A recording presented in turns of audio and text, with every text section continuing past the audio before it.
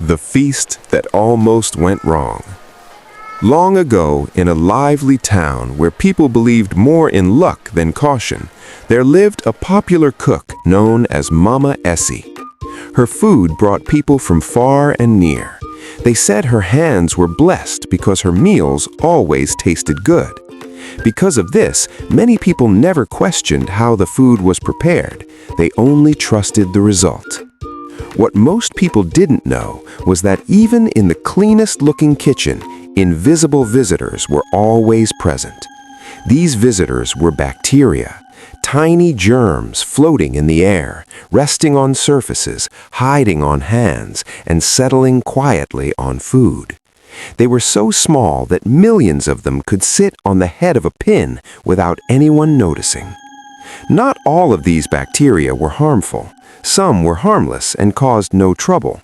Others were food spoilage bacteria. These ones announced themselves loudly. Food would smell bad, turn slimy, or grow mold. When people saw this, they threw the food away. But the most dangerous ones were different. They were called pathogenic bacteria. They had no smell, no taste, and no warning signs. Food could look fresh and delicious, yet be filled with them. Once eaten, they could cause serious illness or worse. One market day, Mama Essie decided to prepare a large feast. Meat, poultry, eggs, and fresh produce filled her kitchen. She worked quickly, touching raw meat, then money, then cooked food. A small cut on her finger went unnoticed. Flies moved freely between waste bins and food trays. Water was scarce, and proper hand washing was skipped. Unknown to her, pathogenic bacteria like Salmonella, Staphylococcus, Clostridium, and Listeria had found a perfect home. Bacteria grow by a simple process called binary fission. 1 becomes 2, 2 become 4, 4 become 8. Given time, a single bacterium can multiply into over 1 million in just a few hours. And the kitchen had given them everything they needed. The elders used to describe these needs with a simple word: FATTOM. Food, the meat and cooked meals. Acid, not enough acidity to stop growth. Temperature, warm conditions. Time, food left out too long. Oxygen, present in the air. Moisture, water from food and hands. With all these in place, the bacteria multiplied quietly. That evening, the feast was served. People laughed, ate, and praised Mama Essie. But by nightfall, trouble began. One person felt stomach pain, another began vomiting. Soon, many were ill.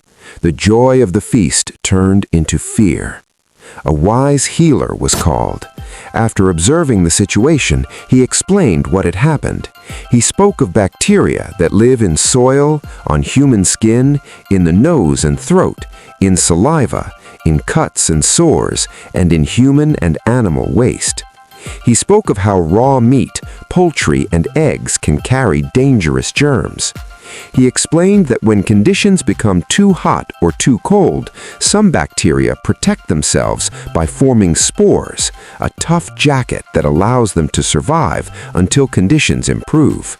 Once the temperature becomes right again, they wake up and continue growing. The people listened carefully. For the first time, they understood that safety was not about luck or blessings. It was about knowledge and daily habits. Mama Essie was ashamed but grateful. She learned to wash her hands properly, cover cuts, separate raw and cooked foods, control temperature, reduce time food stayed out, and keep her kitchen clean. From that day on, the town changed.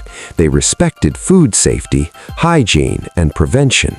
And the elders passed the lesson down as a folk tale, saying, "Danger does not always shout. Sometimes it grows quietly, too small to see, until it is too big to ignore." And so the people learned that understanding bacteria was not fear, it was protection.